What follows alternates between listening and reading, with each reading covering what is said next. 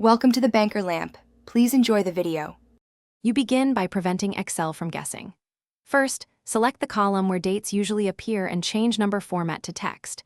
This tells Excel to keep your exact characters. Once done, for one-off entries type a leading apostrophe before the value to force a literal. When bringing in files, use data from text and explicitly set each date column's data type to text during import. That step stops automatic conversion at the source and saves you cleanup later. Now you handle the middle work, converting and stopping repeat conversions.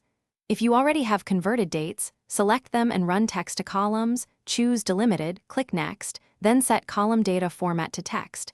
That preserves the original characters.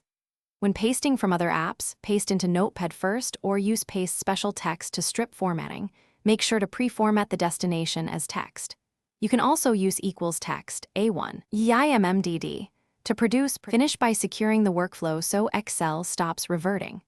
After converting or formatting, protect the sheet or lock those cells to prevent accidental reformatting. Make sure to save a copy. If Excel still auto-parses, check your system's regional date settings because locale differences can trigger conversions. And remember the quick fixes. Prepend an apostrophe for single entries, paste via Notepad, or always import with the text column type. If something goes wrong, those 3 tricks will typically resolve it. Thanks for watching. If this was helpful, leave a like and consider subscribing. See you next time.